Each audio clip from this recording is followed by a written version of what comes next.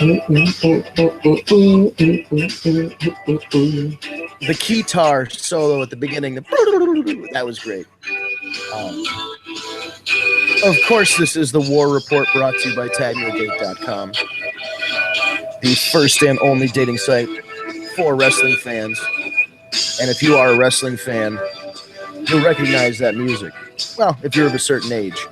That is, of course, the one, the only, the Black Heart, the King of Hearts, the Blue Blazer, not too many, the Rocket. How many more nicknames can we give the guy? He was one of the best, very underrated talent.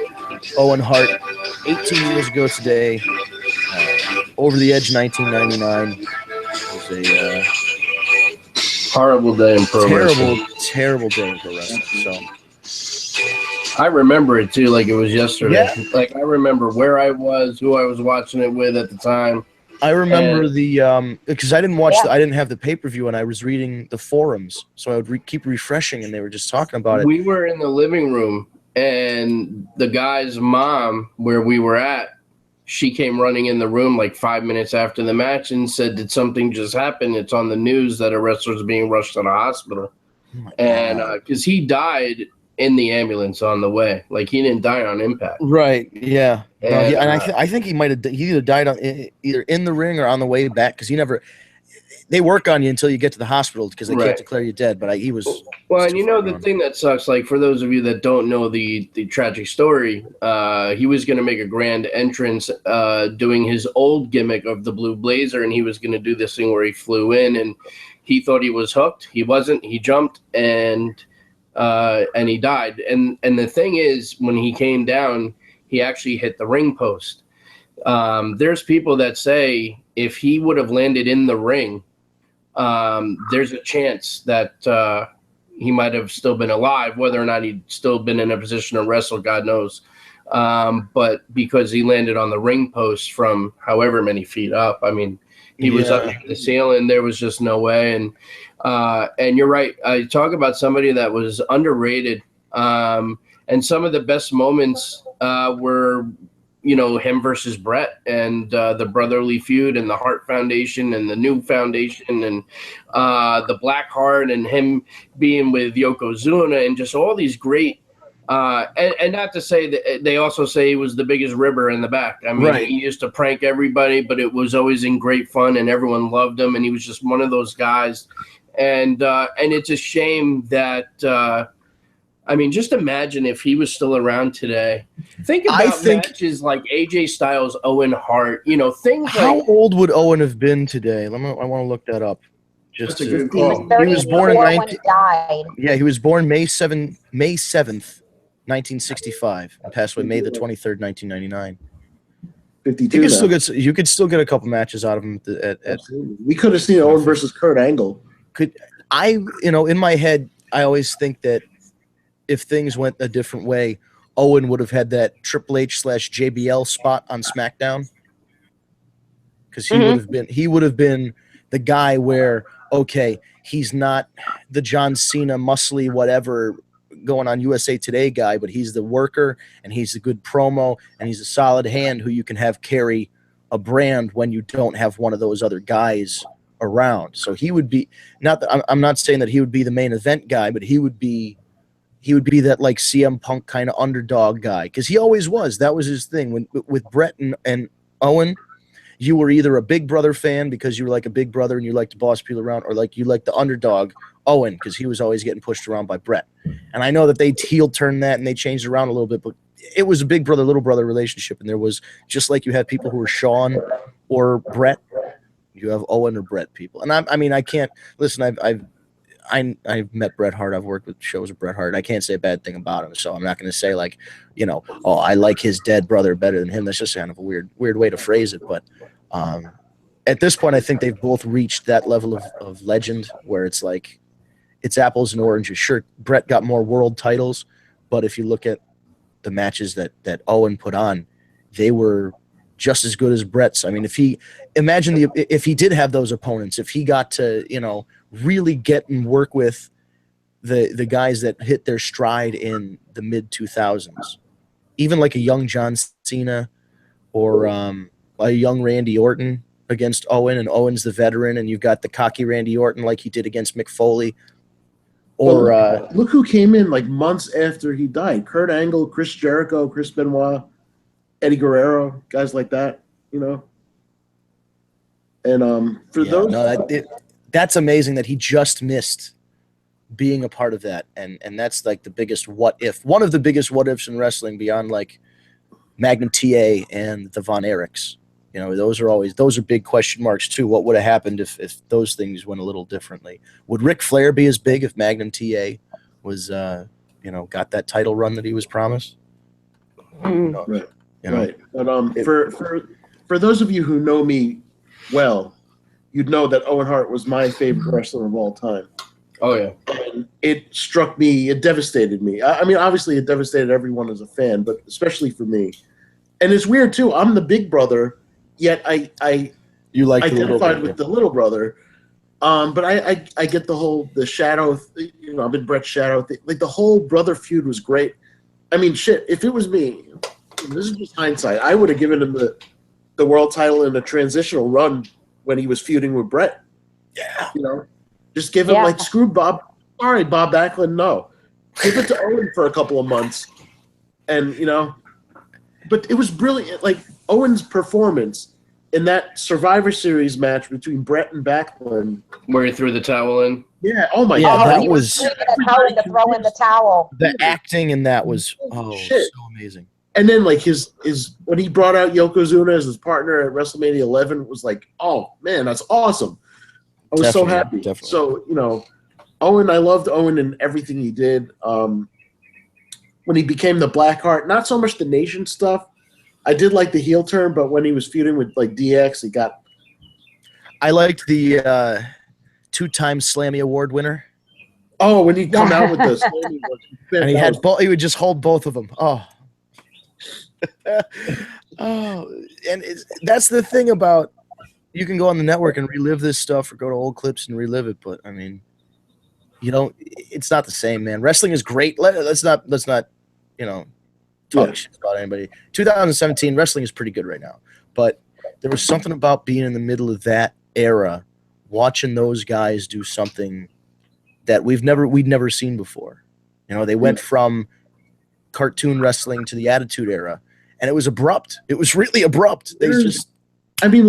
Look, let's put it this way. There was a lot of crap in that era, but your saving graces were Brett, Owen, Shawn Michaels, Undertaker, Razor Ramon, Diesel, guys like that.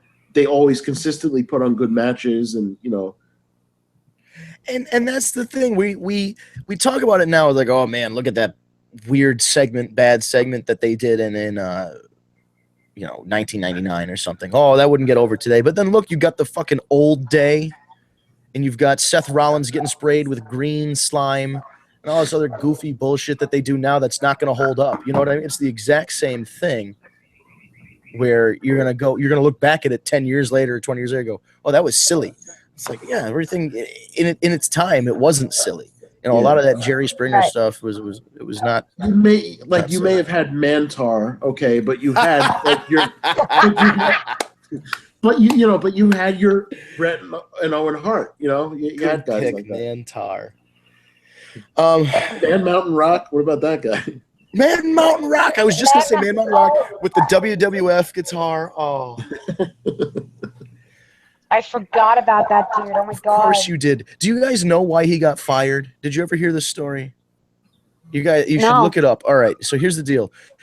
I believe Kevin Nash tells his story on one of the kayfabe commentaries. I think it was 1994 or 1995. Basically what happened was Man Mountain Rock had a camcorder, and he went around filming. Oh! I will tell the story about how Man Mountain Rock got fired later. Who gives a fuck? This is Frankie Flo, ladies and gentlemen. Frankie Flo dropping in. Ooh. Hey, boys, I had to drop in. I enjoy your show, and I had to drop in. Hey, that's awesome. You're looking swole, sir.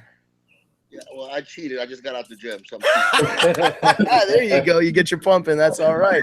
Pump in before anything happens. So for those of you that don't know, this is Frankie Flo. LAW Wrestling just had a huge show over the weekend, and our boy Barrio Rikers made his in-ring debut. I gotta tell you, I was there. Maven came along. Hell of a show, man. It was a lot of fun. We appreciate the invite, and we'll definitely be back, man. It was really well done, man. We enjoyed every minute of it, and of course, Barrio hit a home run, man. He was out of the park. Oh man, I was so proud of them, man. I mean, both those guys I trained personally, and it was a blast seeing him. I mean, he did so well. I was so impressed with him, and he's just getting started, man. I mean, this kid. I mean, it's right in front of him. He's got something that other people just don't get, And he's gonna be good. He's gonna be really good. I'm not even done with him, man. We're just getting started, man. You know what's funny too, because me and Maven and I were talking during the match. And Maven said it best, too. He's like, bro, he goes, he's doing shit in that ring that can't be taught. Exactly. Like, it's just stuff that, he felt it. His heel work with the crowd, his timing was just on the money. And they ate it up. I mean, and I'm a little biased because it's Big Heck, but that crowd, they responded real good during that match. Yeah, I told him during practice, I said, look, man, I can teach you the wrestling. Anybody can learn how to do the moves, But to get that crowd to actually believe you, that's going to be in your hands, man. I can teach you what to listen for and what to look for and when to say things. But, it's all up to you. And you. Cut out a little bit different. You got it right. If I can't say too much now because I don't want to let the cat out the bag. But he did a great job. I'm pretty happy with him. Awesome. That is great. So now, Mr. Flo, for those people who might be listening and are not familiar, or maybe they're out of state or out of the area, can you tell us a little bit about not just yourself and how you came up, but maybe tell us a little bit about your company there, LAW, and what you guys are doing in this Northeast area? Well, I mean, Legendary Action Wrestling was I did that out of spite, I guess. I work for. I've been wrestling for about 10, 11 years now, and I've done pretty good in my little career, And I always saw mistakes, and I was like, why aren't the promoters doing this, and why aren't they doing that? And somebody said, well, Frankie, if you know the answers, do it yourself. I said, all right. There you go. Later, I was like, hey, guess what? In June, January, was my first show, and I actually called a Latino Wrestling Alliance, was LWA, but then I was kind of alienating everybody else by calling it Latino. And so I changed it and called it Legendary Action Wrestling, and smart. I've been working pretty hard at it, man. I mean, I've gotten pretty good turnouts. I think the turnout this Saturday was pretty good. There's a lot of companies out there that I applaud everybody because doing this isn't easy. No. Believe me, I would rather body slam somebody than be wondering about how many tickets I'm going to sell. But, yeah, definitely. Yeah, but I mean, what I get out of it, there was so many hidden talent out there, and so many kids that had an opportunity to really showcase what they've learned.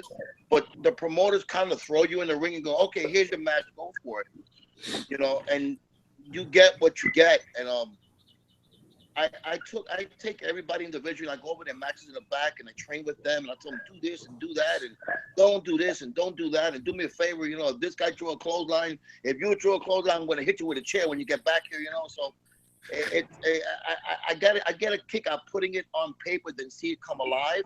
It's an awesome feeling. It really is. And you run a school as well in addition to running the shows? Yeah, I train guys every Sunday at BWF in the Bronx. And I'm real close friends with Damian Adams and Deanna Perrazzo. So I love Damian. He's really good. Damian's very talented. And I can go to ECPW, Gino Caruso, whenever I want. So Deanna is very talented too. I like her. All three schools, but I choose to go to the Bronx because one of the things that I kind of train guys in, like, you want to be a wrestler, you got to look like one. So BWF happens to have a full-fledged gym in there, so I make the guys work out too as well. No, that's good. But I can, And because it seems like you said, you just got back from the gym. You're in very good shape. Thank you. I always try, and I hit the gym and I go for it, hard 6 months and I lose some weight, and then I kind of plateau and then repeat the process. But what kind of background do you have? Like our buddy Barrio, he played football, and then he was playing like a pro flag football league until he gave that up to wrestle. Did you do like weightlifting or bodybuilding or sports when you were growing up? Well, when I was 18, I was Mr. Puerto Rico in Holy crap. So I did bodybuilding back then, but I've always been into martial arts. I don't know, I just enjoy hitting people, man. I don't know. That's a good way to put it. But I do it in a legal way, so so I can get away with it. But I've been into martial arts my whole life. I mean, I hold a black belt in Taekwondo. I've learned Jeet Kune Do for about 6 years. I mean, there's no belts there, just classes, And then being Puerto Rican, I had 3 choices: either be a mechanic, baseball, or boxing, and I kind of chose boxing. So I've been always some kind of active hitting sports, So you chose the boxing over. You started with the boxing rather than the baseball. Yeah, the damn ball, man. So I never fucking thing, Excuse my French, but I could see somebody's big coconut, so I was able to hit that, but I couldn't hit that little ball. Now, would you do like Golden Gloves? Yeah. What were you doing? Oh, not Golden Gloves, man. I mean, I did it for a little bit, maybe a year. But then I had this young little kid that beat the living fuck out of me, man. So that's usually what makes people retire. Think about a different change of career. Man, everybody got a pansy. You get punched in the damn face, Yeah, that changes your perception getting in the face. Yeah, I've always enjoyed martial arts, so I will do that. Very cool. So Frankie, how did wrestling come into play? Like, were you always a fan of WWF, WWE, WCW, or what was the deciding day that you were like, you know what, I'm gonna be in the world of professional wrestling? Well, yes to all the above, to all the letters you just said. But in Puerto Rico, there is a fourth choice. I mean, people don't understand that wrestling is huge in Puerto Rico. Huge. Mm-hmm. Oh yeah. And the Colon family, yeah. Yeah. So actually, Carlos Colon was always an idol of mine, and then masquerades and stuff like that. Sure. I've been a fan since I can remember. Kids used to come home Saturday morning cartoons. I was asleep because I was watching wrestling that night. So I've been a huge fan, and then I went to see a friend of mine, Ray Apollo, who was Doink the Clown. Yeah. I walked an ECPW arena about 10 years ago. The promoter saw me and was like, "Hey, would you like to wrestle?" I was like, "All right." And that's it, And Frankie Flo was born. The rest is history. Yeah. And what would you say your wrestling style is? What do you like to do when you get in the ring? Beat the fuck out of people, man. I like to bro. Yes. Yeah. That's the best possible answer. Yeah, well, I'm a big dude, man. So all that high flying stuff, I leave it for the guys that's supposed to be flying. There's a lot of guys get so confused, the guys out there 6'1", 700 pounds, and they want to do a freaking 450 at the top, So right. Kind of Speaking of which, who in the hell was that dude on Saturday, and how much is his weight? That's my boy Vince Steele. God bless him. Yeah. This guy, we didn't have video. I didn't have video to show you guys, but how much does he weigh? I mean, he's over 500. And a shoot, man, he's about 5. Wow. Maybe 505, something like that. But he's one of the most agile kids I know, man. Unbelievable for that size. Vince, 505, climbs to the top, wins the match with a big splash. Oh my God. I mean, the whole place erupted, got off their feet. It was the floor. I'm gonna have to check that out, man. That's great. Yeah. The ring, it was him against 2 guys, and the guy who took the splash was, what was he, 5'5", 100. Oh, maybe. Oh no, he crushed him. Yeah, he was about 130. Oh my God. Kid. Oh yeah, he was up. But it was a pretty cool moment, man. Everybody was on their feet. They couldn't believe it. And when he hit it, man, the crowd erupted. Oh yeah. It was truly like the holy shit moment of the night for sure, because the guy is just a monster. Yeah, he's a big boy, man. He can do a lot more than that. I just don't let him do it, you know. I just don't let him. Yeah, you got to limit that. You know, it's one of those things where if it's a guy that big and he can move like that, if he does it every night, kind of isn't as special. But if he does those, if he know he can do those special things, he does them every once in a while. It makes him more special. Yeah, I get that wow factor is gone. That's what I'm saying. Like I don't let the guys get in the ring until I go over the match and hear what they planning and whatever. I just want them to really stand out. I think everybody did their job that day, and I think it was a pretty cool show. The fans all walked away wanting more. 100%. Oh, that's good. I had a pretty house. Where do you run aside from? Because I believe this was in Harlem, and then you mentioned you go to the training center in Brooklyn. So where can we find you in the area? Well, right now I'm only sticking to that one location because I like I said I told you, a lot of these promoters are. I don't want to knock nobody, respect, but I want to build a fan base. I'm not worrying about making money right now. Okay. I'm worried about really getting a good quality stuff. So when you look us up on YouTube, you see great videos of us, edited, done.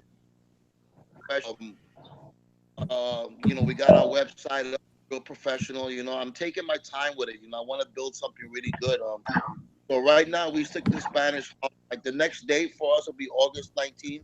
It's going to call Bad Blood, because of the problems we're having with BWF and their locker room. So we're going to try to settle things that day. Oh boy.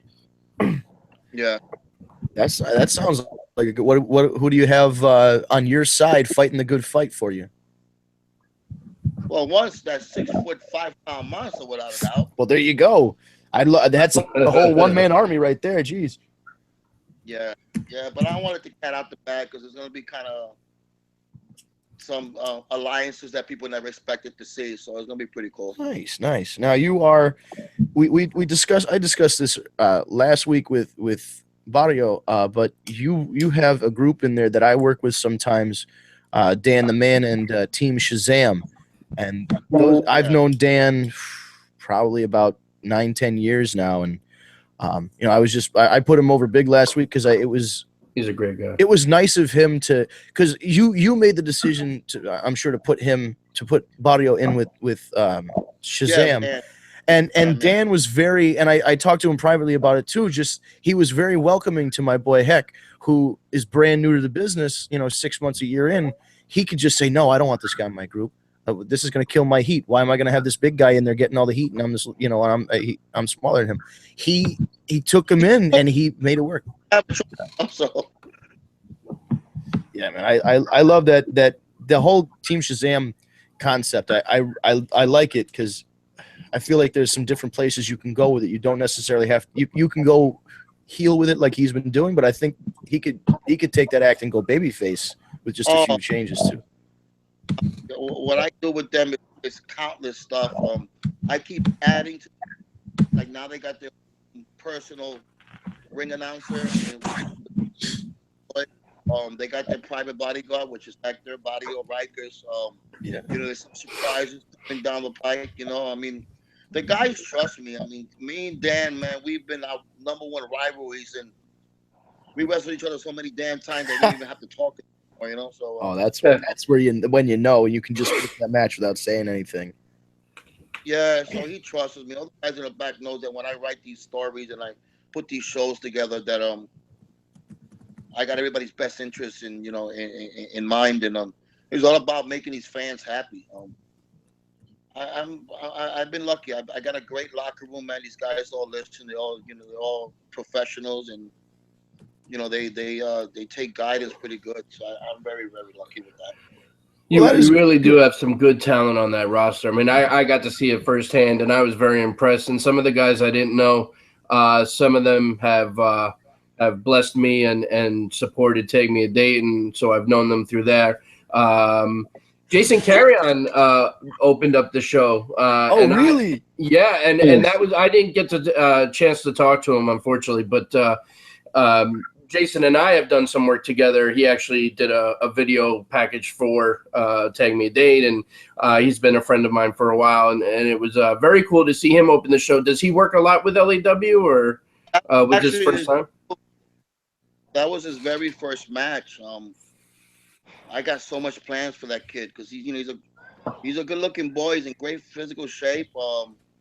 Firefighter too. He's pretty good, So I got a lot of plans for him. Awesome. Yeah, he's a good dude. That was very cool to see. I was just I didn't get a chance to talk to him, but we'll be there. We'll see him again. He's a good guy. Yeah, he's gonna be around for a while. There was some new talent I debuted that day. I can't remember them all, but I got everything written out. I try not to remember. At my age, I forget everything. I know that feeling. I got some great talent.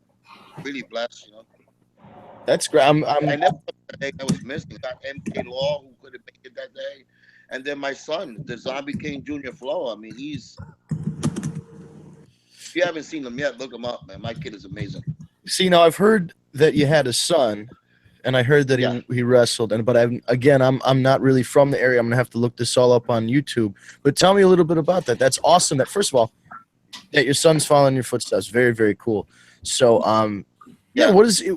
Is he different from you? Does he wrestle differently from you? Or does he wrestle like Dad? This kid, I swear to God, you think you're sitting in Newark Airport with all the flying he does. Oh, wow. But he's been trained the old school fashion way, so he knows how to wrestle and catch his can, whatever you want him to do. But I think he just had a match against Leo Rush at the Super 8 tournament. Oh, wow. Yeah, he made it to the second round. They gave him a standing ovation after that match. So that's pretty cool in itself. You can look him up on YouTube, the Zombie King Junior Flow. He's very talented, man. I'm really proud. Yeah, he's got a video. He's on Twitter, Zombie King with 2 I's, Zombie ZOMBIIE King, and man. I mean, it looks like he's working one of the Graysons. I think that's working. Oh yeah.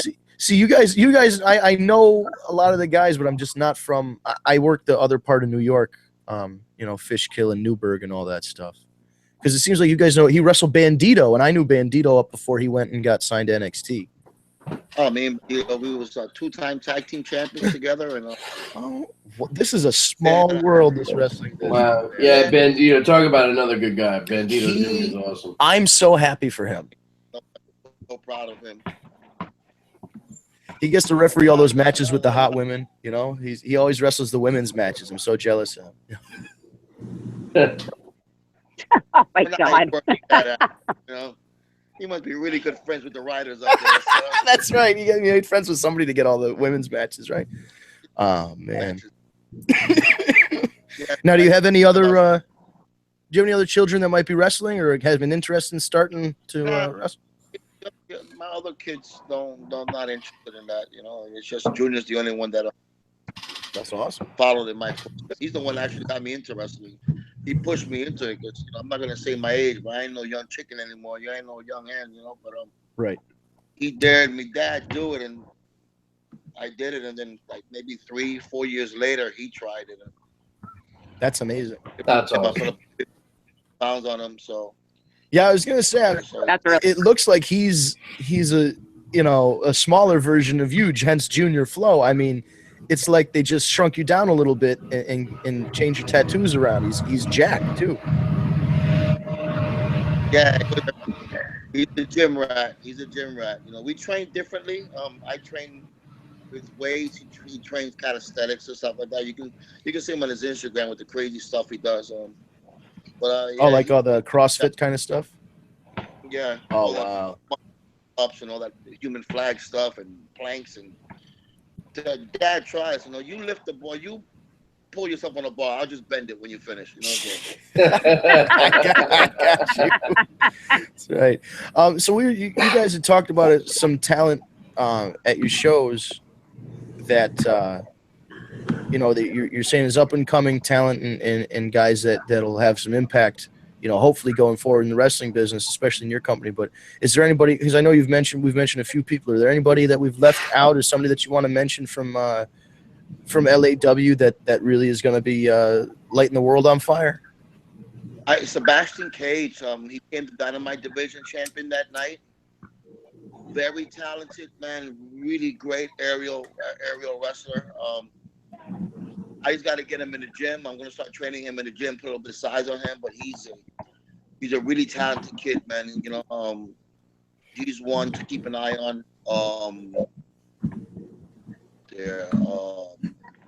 Vince Steele, keep an eye on.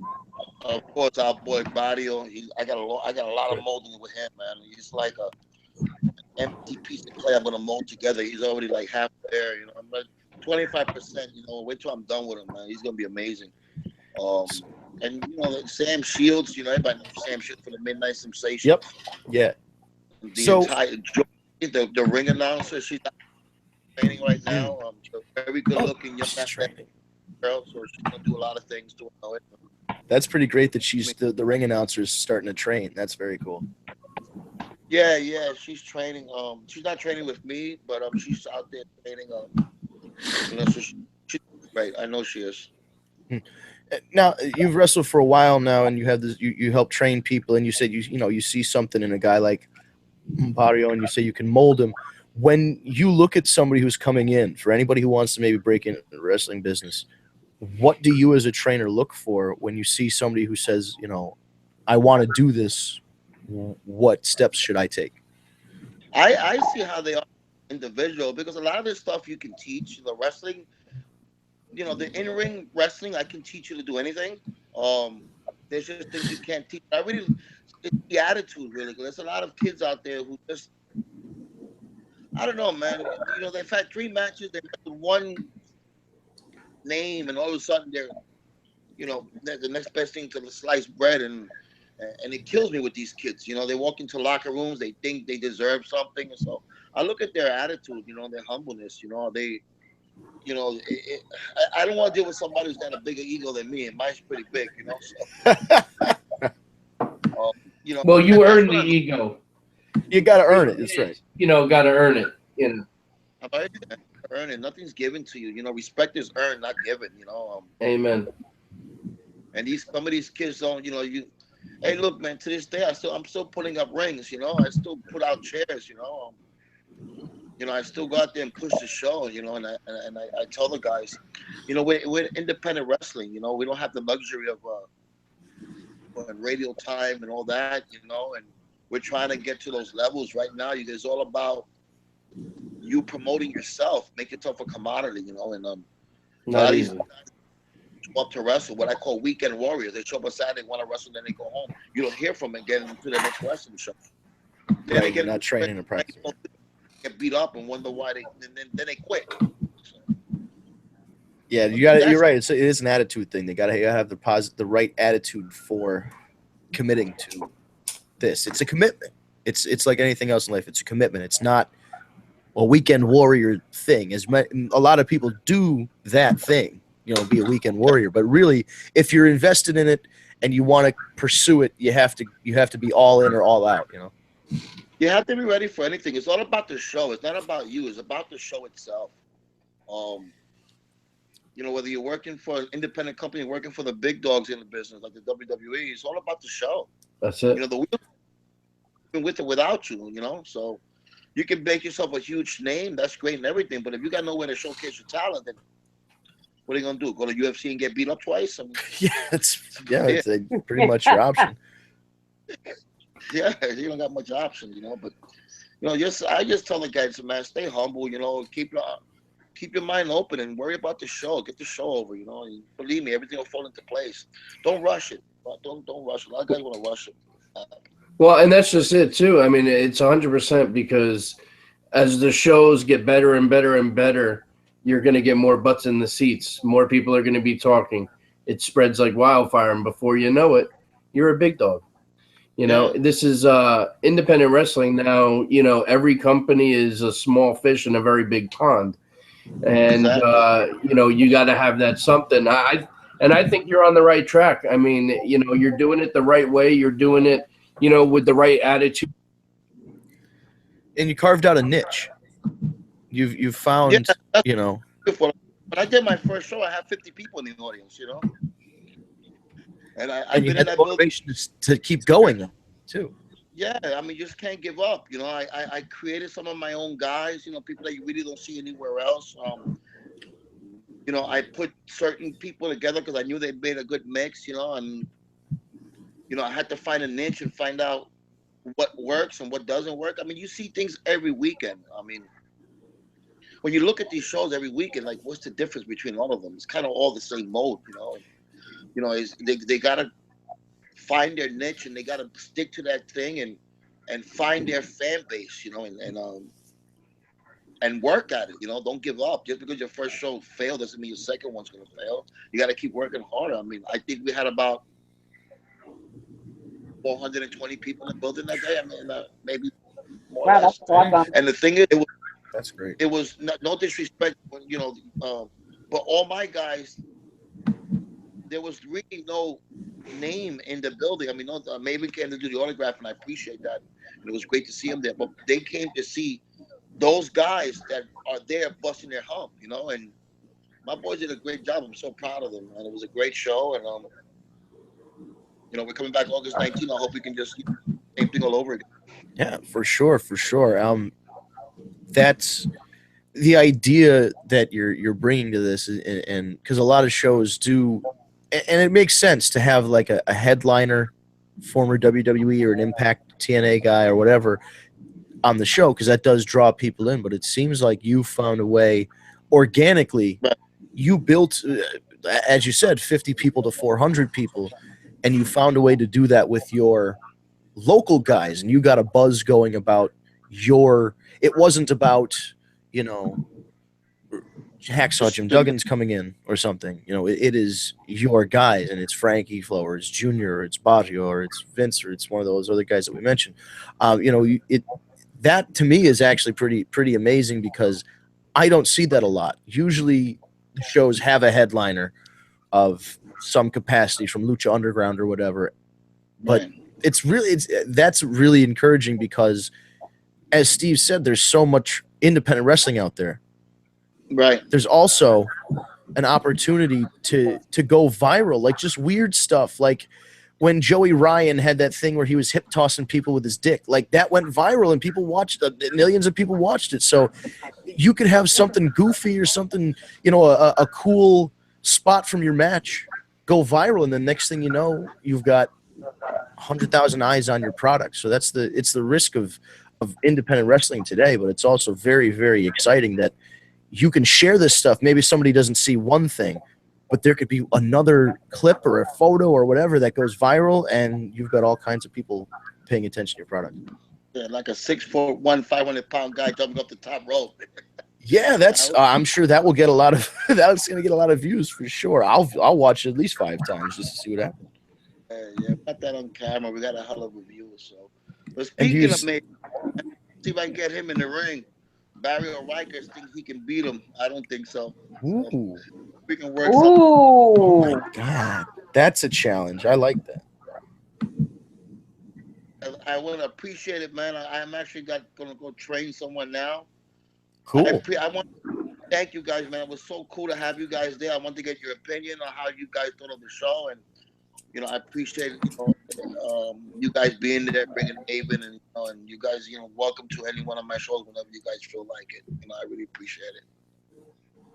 Hey, you're welcome to come on and join us anytime. Send a message to Steve or one of the boys here. We'll schedule you, or if you have anybody else, listen, we're always looking for people to talk to. So if you got guys that want to come on and promote your show as we get closer to the date, I'm all for that. And if I'm hoping to get out to the one of your shows one of these days, because I'm in Connecticut, so it's a little bit of a drive for me, or a train ride or whatever. So I'm going to try and get out to one of them. But in the meantime, it was very, very nice to meet you here today, Mr. Flo, and bigger and better things for LAW. I'm seeing that in the horizon. So I wish you good luck. And like I said, don't be a stranger. Come back anytime. I appreciate it, man. Thank you. Have a good night, man. Peace. Later. Later. Thank you, sir. You too. All right. So it sounds like Steve Areno has a little bit of a connection issue here. Yeah, I just saw Which is that. kind of funny. I saw. Yeah, Yeah. that's So he weird. just sent a message. It is weird. So what we'll do then is And then I got back on. yeah. So maybe he can just pop. That's what happened to me last week. Yeah. So there's similar problems. It probably has something to do with the I don't know, like the this It might have been Google. the amount of people you have on sometimes because it happened like after Heck jumped on last week. Oh, maybe it might be this Google because they stopped supporting the chat. Remember this Google Hangouts thing? They don't let you do this anymore, I guess, in other applications. YouTube's the only one that lets you use this Hangouts thing like this anymore. So it might just be a support issue. But we can get to. We have about 20 minutes left. We can get to Raw and what everybody thought of that. You guys want to start off on Raw? Oh, there's Steve. You guys start off on Raw. I have to get a soda. I'll be right back. Did Frankie leave already? Yeah, Frankie had to go train somebody. All right, I'm on my phone now. I don't know what happened, but you guys couldn't hear me. I couldn't hear you all of a sudden, so I That was apologize. weird. That's But, all right. Well, we're still live. The good thing is we're still live. So Cool. we're still connected. Yeah, Frankie had to go train, and we're just about to start Raw. So you guys open it up. I was gonna go get. Well, I orange. think before we start Raw, we should talk about Backlash. Oh, that did happen. The Before- elephant in the room. Hold on, real quick before this is just my opinion. I have to say, am I echoing? What the fuck? Somebody, Try it now. Just try it now. You shouldn't hear There you an echo. Okay. Sorry. Anyway, I have to say that it's just my opinion, but Takeover totally trumped Backlash big time. well, Oh, yeah, 100%. 100%. that's always gonna happen. Those shows. I mean, those I agree with that, but on the other side, I don't actually think Backlash was a bad pay-per-view. But No, it at wasn't. the end of That's the not what I'm day, saying. It Yeah, no, wasn't it wasn't Mahal bad. is It our was just champion. It was just there. It was just okay. Thank you for that. I'll be honest with you. The only thing about Jinder Mahal I actually like is his music. The music is the Maharaja. I heard a rumor that he might be stripped tonight. I don't know if that's true. Oh, that would be so funny. Oh, How great would that be? that They would be should just pull awesome. the trigger on this guy. Let him help. I want him to hold this title until WrestleMania just to bug people. Oh, can you imagine? Mahal, Johnson, once in a lifetime. And bring back The Rock. But as Well, he's far supposed as to be having his Pujambi celebration tonight. So Oh, yes. I want a huge dance number. They need to have Bollywood dancers and elephants and everything, man. It's gonna be hilarious. an elephant, what? They're Yes. taking the ones from the circus and putting them in here. Or like a big, yeah, sure. They're not doing anything. They just retired. Or like a big white horse. I want to ride in on a big white horse like Prince Ali. it's going to be like the dance number at the end of. It's going to be the dance number at the end of what's it called? The Millionaire one, the Slumdog Millionaire. Oh, jeez. I thought. Oh, did you ever shit. see back when Kali won the title? They did like a mini Punjabi whatever celebration, but it was like 2 girls, and it was kind of like, oh come on, man, you only had the budget for 2 dancers. Like it was a small version of what tonight. I'm actually excited. I didn't know that was happening. I kind of want to see this now. They should have Eric, Punjabi. I'm going to have that song in my head all night now. Thank you, Eric. I have Slumdog Millionaire in my head now. They should have Punjabi MC come out with Jay-Z and do that song. Oh my God. Fucking love that song. What, the MIA song? No, let it be Flow Rider. Yeah, Flo Rida has to just come out and rap. That's a rule. If it's going to be a rapper, it's either Machine Gun Yeah. Kelly or Flo Rida. When he got power The bomb. Punjabi Flow Rider. Oh my God. So what do we think here? Jinder Mahal is our champion, and I don't- Shinsuke. First of all, Shinsuke Nakamura wrestled the opening match, and Jinder Mahal is in the main event. That was your SmackDown pay-per-view last night. I could not believe that Shinsuke Nakamura opened the pay-per-view. Although I will Yeah. say The match delivered. Ziggler did exactly what we said he was going to be able to do.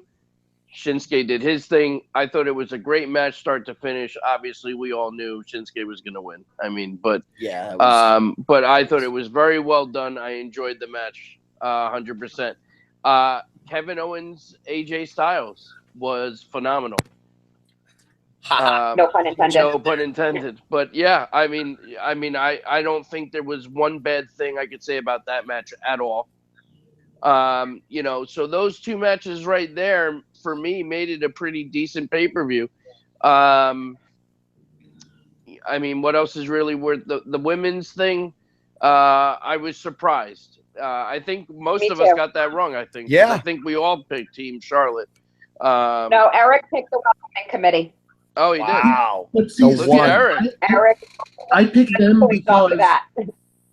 I picked them because I was jumping on your thing about Becky being the one to turn.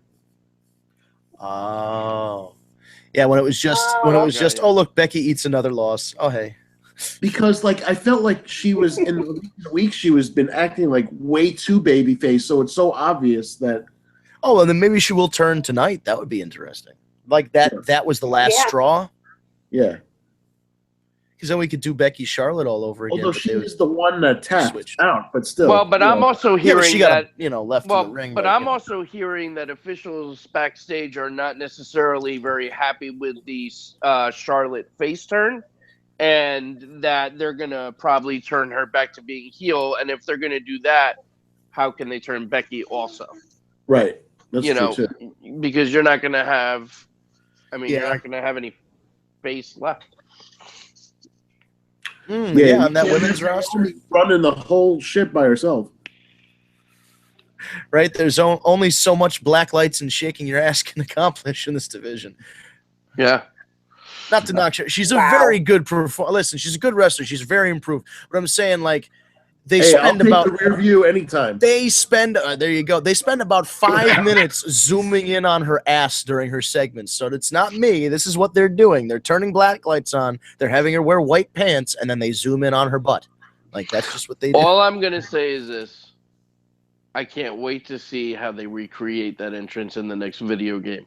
Oh yeah, that'll be fair. That's a good thought. I didn't even think of that. Oh, I'm always thinking ahead, Vinnie Mac. Always thinking ahead on the game. It's about that time. The game's going to be out in October, so it is. Things are going to start coming out about that game. We're gearing up for all this seasonal BS. NBA 2K, Madden with goddamn Tom Brady on the cover. As usual. 2K. Yeah. Well, you know what listen, Madden curse. Oh, please. I tell you what was funny though. Vince, you and I both made the same mistake of thinking that Nia Jax came to SmackDown with Tamina's outfit. Yo, I'm so sorry. I apologize to her, but goddamn, I had to do a double take. She looked just like her. For real, though. What are they doing? Do they just think the Samoan girls have to wear this frumpy shit? Come on, man.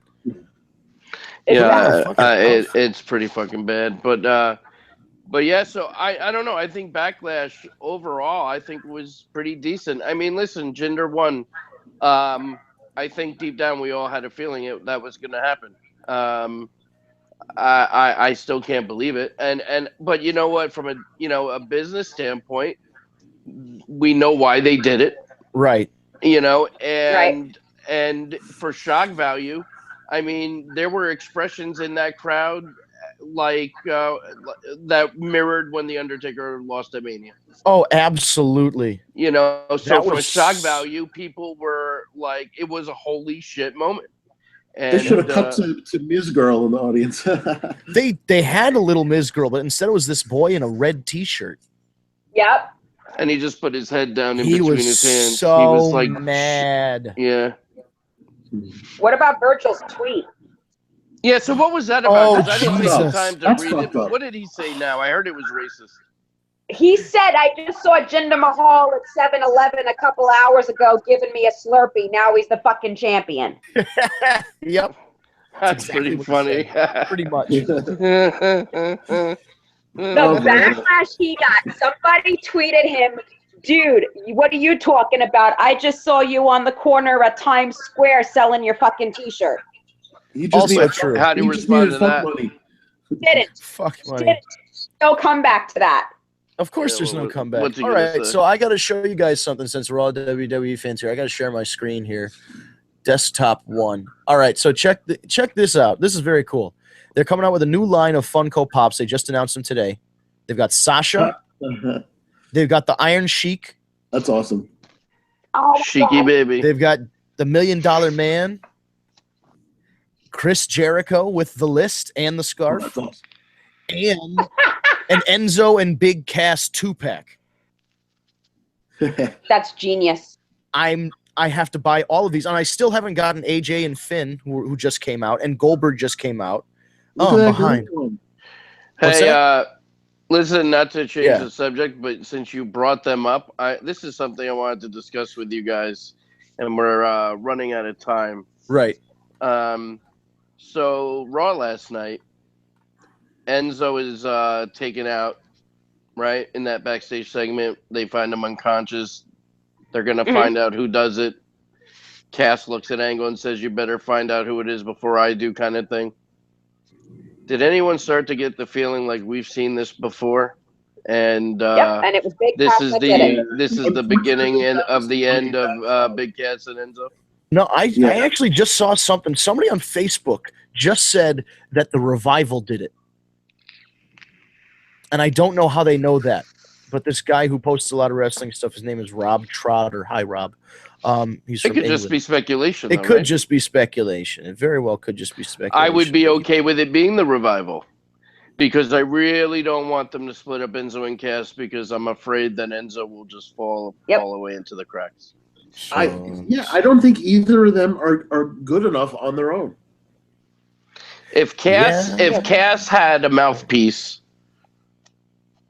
he'd be good enough. Exactly. Right. Yeah, I think if Cass, yeah, that's why the act works. Even if at one point, like the handwriting is on the wall. They keep injuring Enzo before he can wrestle a match. They don't like his wrestling. They don't think he can wrestle well. That's the perception. Whether or not it's true, I don't know. He's in the WWE. How the fuck do you hire somebody in the WWE if they can't wrestle?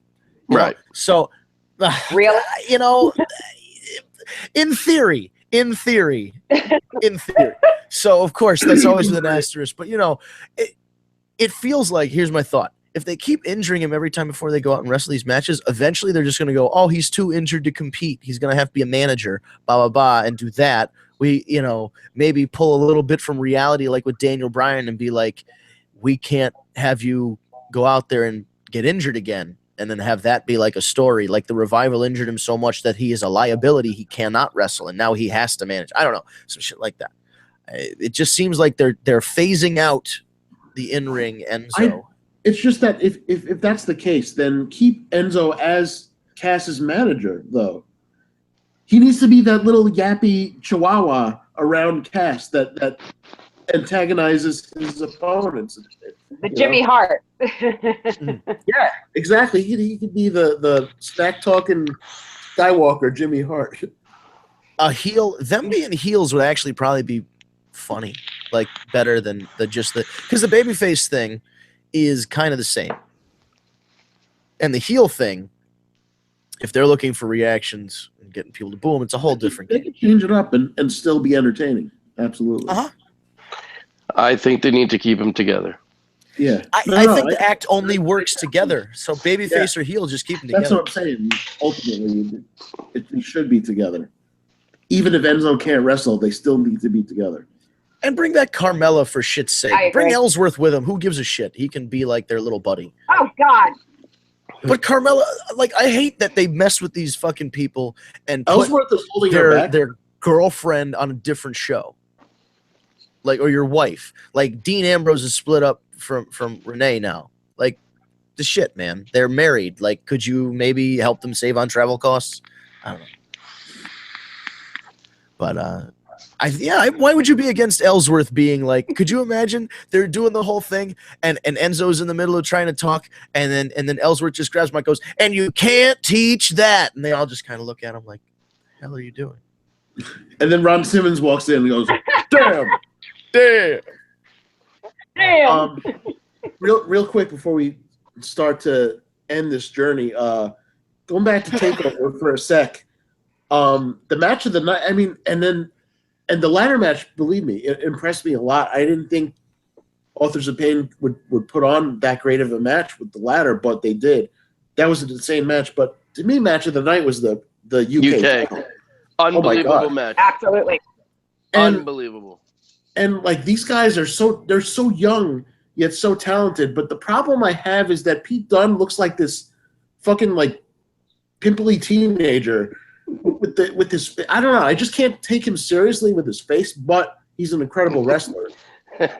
Tyler Bate also. Eric, what you texted was a pimply teenager. Yeah. That's what you call him. Yeah, that's what he looks like. And the fucking mouth guard, he just doesn't look intimidating, but he's fantastic in the ring. So is Tyler Bate. They put on a clinic, man. Somebody on the internet said a full-grown baby just won the UK championship. He looks like the gangster baby in the cartoons.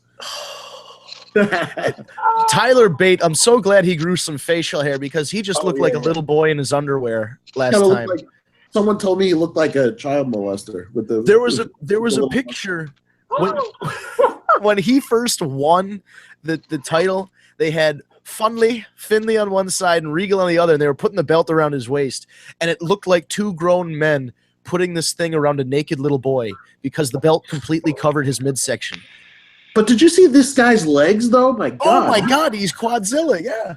He never misses leg day, apparently. Yeah. Pete Dunne is the he's the poster child for, see, kids, this is why you don't pick at your pimples.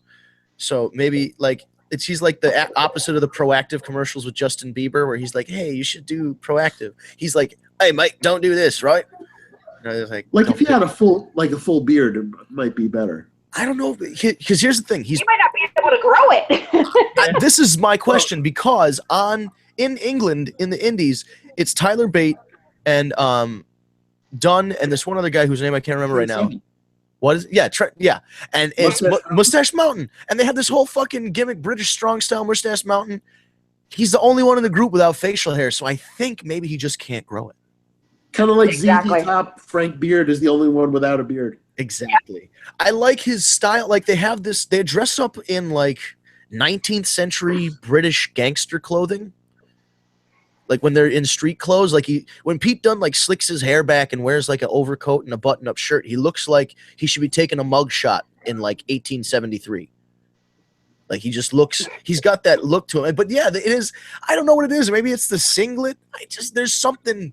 I like him. I really like him. He can wrestle. But it's just there's something missing. You know what? Not missing. There's just the WWE has a this is why they bring guys in. They can build them up and take a guy that's 80% of the way there and push him that extra 20%. And I think Pete Dunne has done all he can do. And Tyler Bate and Trent Seven, all those guys, they're pretty much, and even Aleister Black. There's a reason these guys get called up to NXT. Yeah. They've done all they can do in the Indies. They've peaked. They have to find new opponents and fresh faces and move on from just England and all this other stuff and work the American style and get in the ring with these opponents. So it's a positive. Even if they leave after a couple of years, it's a positive because they take that knowledge back to England with them and they bring it back to their schools and to their rings, and they bring some of that American style into Britain. At the same time, they bring the British style into the training center in NXT. I think it's a great combination. Yeah. I like Wolfgang also. Yeah. Wolfgang was is he the big hairy guy? Yeah, he's the big dude that does the like moonsault and shit. Yes, awesome. Like Warbeard too. Yeah, that guy. Not as big as Warbeard, but he's not as big. Dude. So I guess we should put out some props for a guy that has. Since we're speaking of Warbeard, first of War Machine, they're still in Japan. They've signed like a long-term New Japan deal. They have these brand new leather helmets that kind of look like Kane's helmet almost, but it looks like a Spartan battle helmet, but in like not red as much and black. As a welding helmet. Not a welding helmet, no. And it looks, when they come off, they look like Spartans, like they're gonna go fight Persians. That's pretty cool. And so they're doing big and bad things in New Japan. And then the news broke over the weekend.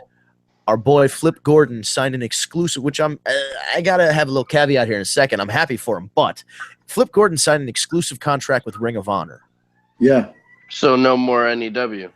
Unless he worked it out that he can work Northeast Wrestling. Man, Because I'm so proud of him.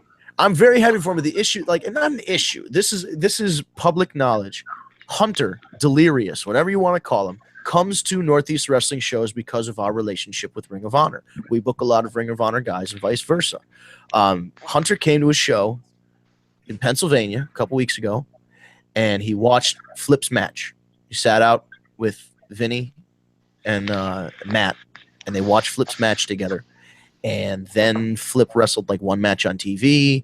The next thing you know, Flip is wrestling Matt Sydal, of all fucking people. So, I mean, on Ring of Honor TV, Flip Gordon, Matt, that's a dream match, Flip Gordon, Matt Sydal. You're not kidding.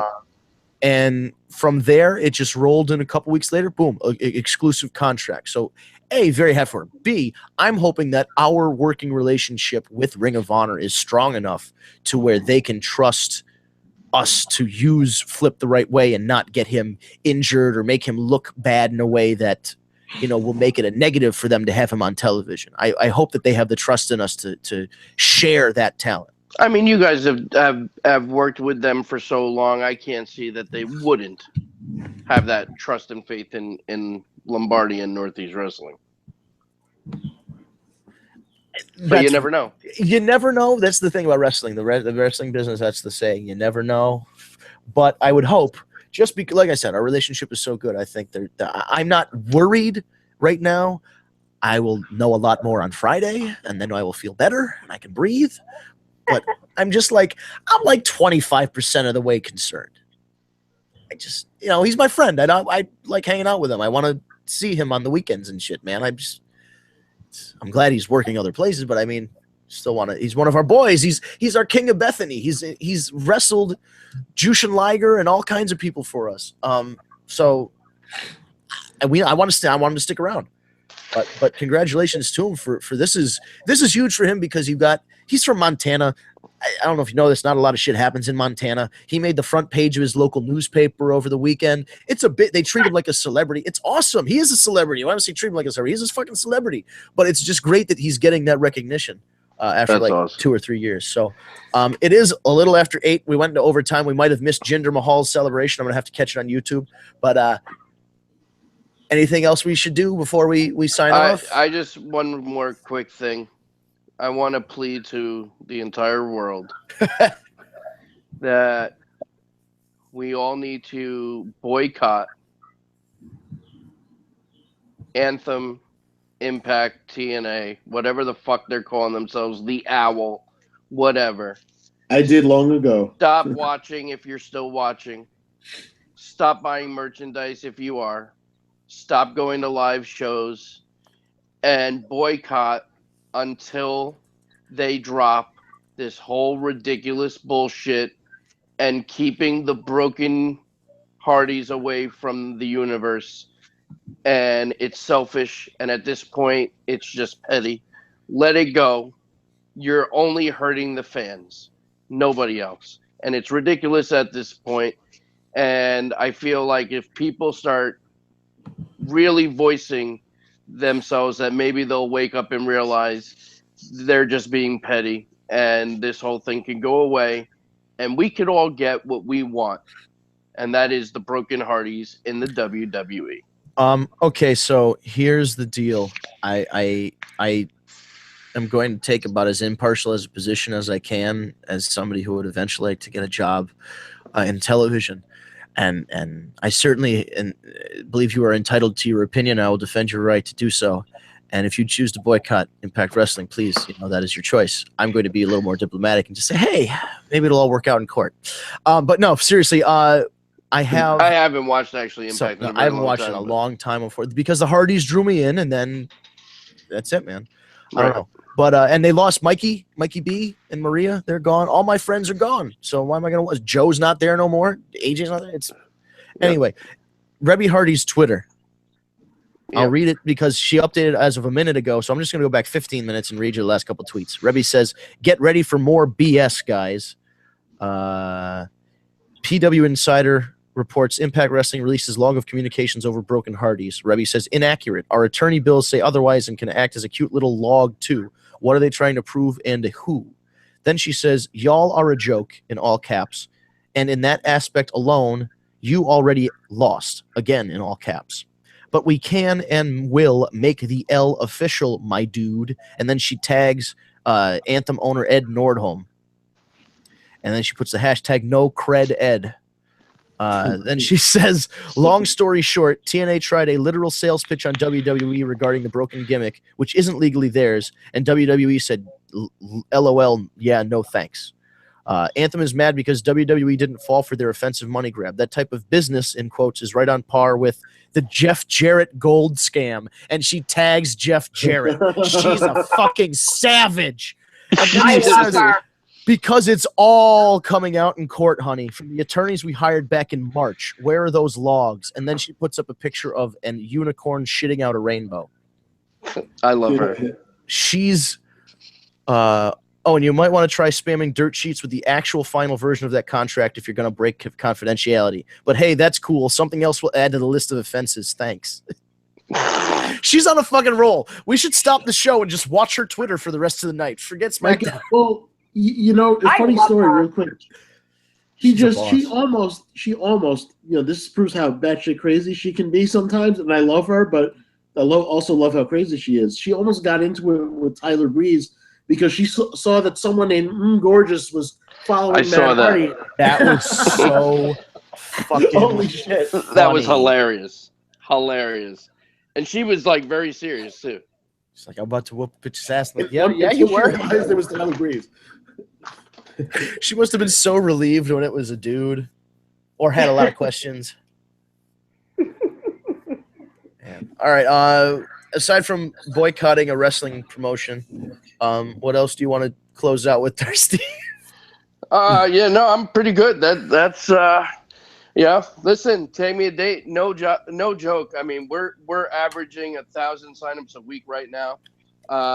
So we're getting this month alone over 20,000 impressions to the website. So wow. I mean, things are moving.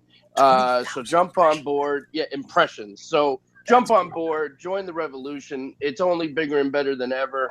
Every day it's getting even bigger. The apps are coming sooner than later. They are coming. So just stay tuned for more details, and thanks to everyone for the support. Thank you to Maven for coming with us and supporting LAW and Big Heck's in ring debut. Shout out again to Big Heck. You fucking killed it. I love you. That was awesome. And definitely congratulations, Heck.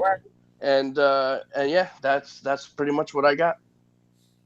All right. So I guess we'll close out. Just a reminder, we are the War Report, brought to you by TagMeADate.com, the first and only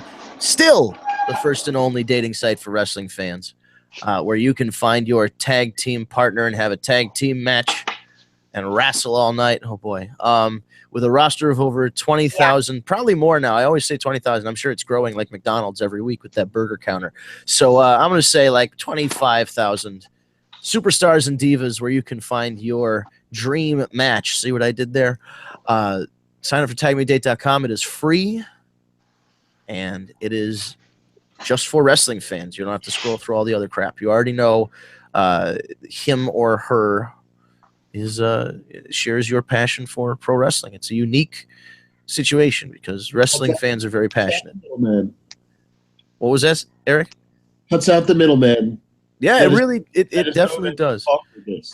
Wrestling fans are very passionate, and if somebody doesn't share that passion, it's kind of hard to find a match. So if you share that passion for pro wrestling, sign up. It is free. And listen to our podcast every Tuesday on YouTube.